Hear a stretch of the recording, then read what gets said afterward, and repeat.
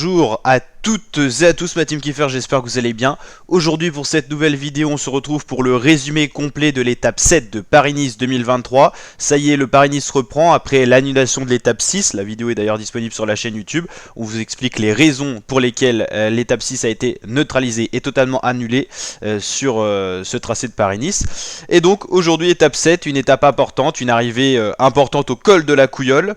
Là on est à l'arrière du peloton, beaucoup d'écrémage, quelques chutes, de la nervosité. C'est l'équipe Ineos qui lance les hostilités pour leur leader Daniel Martinez. Il roule vite dans les différentes descentes de la journée pour essayer de distancer le maximum de personnes et pousser à la faute certains leaders.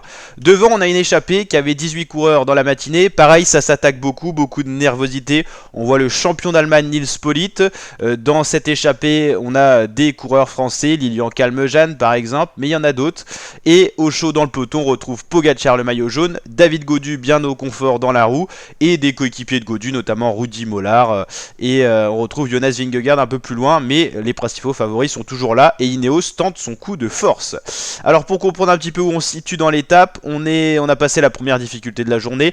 On est dans cette étape, dans cette partie un peu plus vallonnée, juste avant la montée finale, le col de la Couilleule, 15 km 7 à 7,1% de moyenne, une sacrée difficulté au programme. Jonas Vingegaard il est au chaud dans le peloton. Là c'est devant, c'est les échappés, ça se dispute. Là on a les poursuivants avec Hamilton, O'Brien, Dorian Godon, Larry Warbasse, Gregor Mühlberger. Et devant on a d'autres coureurs, tandis qu'une chute vient de survenir dans le peloton. On parlait de nervosité. Education First, 2 coureurs à terre. L'équipe Uno X Pro Cycling, 1 coureur à terre. Et l'équipe Lotto Soudal également 1 coureur à terre sur un passage sur un ponton. Et on retrouve un peloton avec plus beaucoup de coureurs. La tête de la course, la voici, Nils Politt, Einkorn, Jérémy Cabot, Goossens, Romo Oliver, c'est eux qui vont arriver en tête dans la dernière ascension du jour, le col de la Couilleule. Et c'est Goossens, le meilleur grimpeur d'ailleurs de ce premier groupe, qui va dès le début de l'ascension partir tout seul. La Groupama FDJ qui roule, c'est-à-dire que David Gaudu se sent certainement bien, Ineos a fini son travail, et c'est la FDJ qui mène à l'avant du peloton.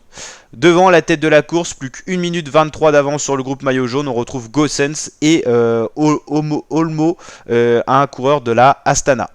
Le peloton va reprendre petit à petit les coureurs de l'échappée matinale. Une surprise, Woodpulse pour la Bahreïn qui est déjà distancée dès le pied du col. On retrouve Goossens, c'est pas Olmo, c'est Romo Oliver. Voilà. 2 coureurs en tête du peloton, les 2 rescapés de l'échappée matinale. Un Belge, un Espagnol. C'est vrai que Romo, lui, c'est pas non plus un grimpeur forcément, on le voit à sa carrure de rouleur, mais il grimpe plutôt bien, donc il le montre. Grosse surprise, Daniel Martinez qui avait fait rouler son équipe, finalement lâché, le 7ème du général qui va perdre gros, encore 12 km d'ascension. C'est la Jumbo-Visma qui accélère le rythme avec Tobias Foss, le dernier équipé de Jumbo-Visma de Vingegaard. Yon Izagirre pas en forme du côté de la Cofidis qui lâche également. On voit ces petites routes avec plein de virages. Rudy Mollard, le dernier équipier de David Gaudu, lâché également. Clément Berthet, le coureur de la AG2R distancé, c'est une élimination par l'arrière. C'est l'écrémage du peloton qui se fait et le voici Goossens, l'homme tout seul en tête qui va se faire reprendre petit à petit par le peloton, mais c'est le dernier à avoir résisté mieux que le coureur Astana, Romo de l'équipe Astana. Toujours Tobias Foss qui impose le rythme, derrière ça lâche toujours un petit peu. Du côté du peloton des favoris, on va quand même dire un petit peu qui on a. On a Vingegaard, Pogacar, Gaudu, Jorgensen le maillot blanc. On a Aurélien Paré-Pinte, Pierre Latour. On a Jack Haig et Gino Mader, Jack Haig qui est un peu mieux. Simon Yates avec encore un équipier Chris Harper. Pour la Education First, ça doit être Nelson Poles. On a encore un autre Bahreïn et Romo, le coureur de la Astana qui a été repris de l'échappée. Donc on voit également, vous pouvez voir les coureurs qui sont décrits là aussi de l'échappée. C'est Chris Harper qui va être lancé par Simon Yates pour aller en éclaireur. C'est le seul coureur qui avait encore un équipier, Simon Yates, y compris Vingegaard avec Tobias Foss, mais qui est déjà à l'ouvrage vu qu'il roule dans le peloton. Et c'est Vingegaard qui va aller chercher tout simplement le coureur de la Bike Exchange. Et finalement il va se faire contrer par Tadej Pogacar, le maillot jaune en personne, qui va attaquer à 5 km du sommet. Finalement, Pogacar va être repris par... Ah non, pas encore. Là, on est sur le replay de l'attaque de Pogacar, ok. Et donc des petits groupes se forment. Là on voit Pierre Latour, Simon Yates, pas si bien que ça au final. C'est Chris Harper qui mène le train. Mader pas terrible. Sivakov, on l'a vu le petit groupe là. Ça c'est le groupe juste derrière Vingegaard Gaudu. Pogacar est donc tout seul en tête et on a le groupe de poursuivants, Vingegaard, Gaudu, Bardet, Jorgensen, donc 2 Français dans ce groupe, c'est plutôt pas mal. Pogacar à 5 secondes d'avance, rien d'alarmant pour l'instant. On va dire que Vingegaard neutralise l'écart qui aurait pu se creuser. Sivakov il a craqué lui aussi. Et Vingegaard il revient petit à petit en lissant son effort sur Pogacar avec Gaudu dans la roue. Bardet Jorgensen c'est un peu plus dur mais il décroche pas totalement non plus. Gaudu qui va passer un relais à Vingegaard pour revenir sur le maillot jaune Tadej Pogacar qui a l'air, vu son attitude, de se relever un petit peu pour pourquoi pas attendre les deux autres. Il était peut-être au maximum de son effort. On a donc un trio qui se forme devant, vous l'avez compris, Gaudu, Pogacar, Vingegaard. Gaudu cormet une et c'est Vingegaard qui est dans le mal. Vingegaard qui ne craque pas mais il gère avec son capteur de puissance pour ne pas être dans le surplus d'effort. Vingegaard, Pogacar, Gaudu, vous avez les 3 premiers du classement général mais également les 3 plus forts de ce Paris-Nice. Personne n'arrive à les battre. David Gaudu impressionne et derrière ça s'est un peu regroupé, c'est Simon Yates qui relance avec Gino Mader. On retrouve Sivakov, Jorgensen, Bardet et Paul Ace. Voilà. Et devant c'est toujours Gaudu qui fait l'effort, c'est Gaudu qui a l'air le plus frais, il n'a pas fait d'effort superflu, il relance de temps en temps, il attaque, il teste un petit peu, il est que deuxième à 10 secondes de Pogacar, donc il a toute raison d'attaquer. Seulement Pogacar peut suivre, Vingegaard est toujours dans le mal, mais Vingegaard ne craque pas totalement, il est toujours un petit peu derrière, à 5 secondes vous le voyez, il lisse son effort, mais ça tient. Pogacar-Gaudu c'est le duo de tête avec Vingegaard derrière, on passe sous la flamme des 1 km. Pogacar, Gaudu, c'est les 2 premiers. Vingegaard un peu derrière. Derrière, à une vingtaine de secondes, on a un groupe de favoris avec Bardet, Paul Ace et d'autres coureurs encore. Mais là, pour l'instant, les plus forts sont ici. Alors on peut se demander pourquoi Gaudu roule comme ça devant, il essaye peut-être de tester Pogacar et tout ça, parce que là il perd forcément un petit peu de force, surtout qu'il y a vent de face. C'est Vingegaard qui va attaquer en premier, contré directement par Pogacar, puis on retrouve la logique d'après, Pogacar le plus rapide au sprint, Gaudu deuxième et Vingegaard troisième qui a montré encore des aveux de faiblesse. Simon Yates finit bien en finissant 4ème de ce Paris-Nice, de cette étape de Paris-Nice déjà. Paul Ace, là on retrouve Gino Mader, on retrouve Romain Bardet qui a été un peu dans le dur. Ensuite on retrouve d'autres coureurs, là c'est Sivakov, on retrouve Jorgensen qui a été un peu moins bien. Pogacar a quand même été à l'ouvrage, on voit que Gaudu a quand même pris de la puissance de l'ampleur depuis le Tour de France l'an dernier, il a fini 4ème du Tour de France David Gaudu, mais là il peut se permettre d'accompagner les plus forts en début de saison, Pogacar, Vingegaard, c'est très bien.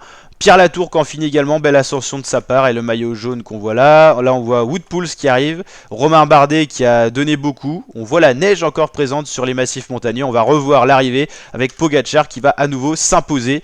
Le classement de l'étape, Gaudu qui perd 2 secondes plus quelques secondes de modification. On ira voir le général après. Vingegaard, Yes, Paul Ace, Mader, Bardet, Sivakov, Jorgensen, Latour. 4 Français dans le top 10, on a connu pire. Et donc on va aller voir les classements complets. Le classement de l'étape, le classement général. Tadej Pogacar toujours maillot jaune.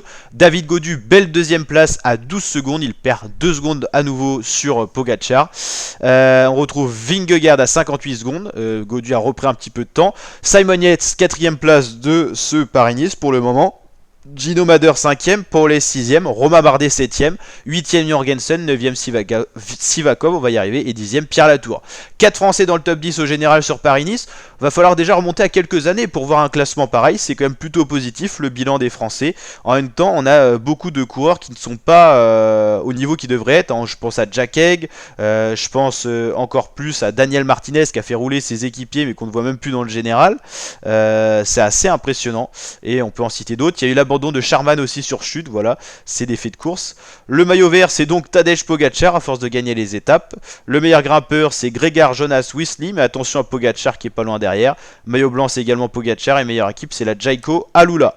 Il restera donc une étape pour ce Paris-Nice, une étape où David Gaudu peut encore rêver de la victoire du Paris-Nice. On peut dire que ça peut jouer encore entre 3 coureurs, à peu près la gagne du Paris-Nice. Pogacar, Gaudu, Vingegaard, Simon Yates c'est un peu loin, il faudra attaquer de loin. Puis après Gino Mader, tout ça, ça paraît improbable. Mais on a un classement resserré qui laisse espérer le mieux. Et on a surtout un Français encore en jeu. Donc demain par contre pour le maillot de meilleur grimpeur, il faudra que pour le coureur de la Uno X, il faudra qu'il aille devant parce qu'il y a beaucoup de points à prendre. Il y a 5 côtes ou col répertorié, donc il y a du boulot, il y a de l'ouvrage, et l'arrivée mythique à Nice, c'est même une étape 100% Nice-Nice, 118 km, format court qui va donc être rapide, intense, il faudra faire attention aux chutes, aux conditions météo, on l'a vu, l'étape 6 annulée pour les conditions météo, donc tout ça sera à prendre en compte, et on prévoit une très très belle étape.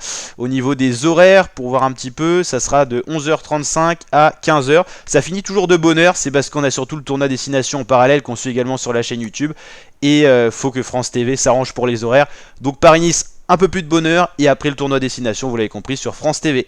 En tout cas, la team, n'hésitez pas à liker la vidéo si ce résumé vous a plu, vous abonner, activer la cloche pour ne rien louper de Paris-Nice. On suivra bien sûr toutes les grandes courses cyclistes sur la chaîne YouTube. On peut parler de Paris-Roubaix, Liège-Bastogne-Liège, bien sûr les 3 grands tours, Tour d'Italie, le Giro, Tour de France et Vuelta en intégralité avec tous les résumés vidéo. Donc la team, n'hésitez pas à rejoindre notre grande communauté cyclisme et sportif de kiffeurs. Et puis on se dit à très bientôt pour de nouvelles vidéos. Et on se retrouve dès demain pour Paris-Nice. Allez, ciao la team. Et on a également le tournoi destination sur la chaîne en ce moment. Donc n'hésitez pas à aller checker les vidéos. Ciao ciao l'équipe.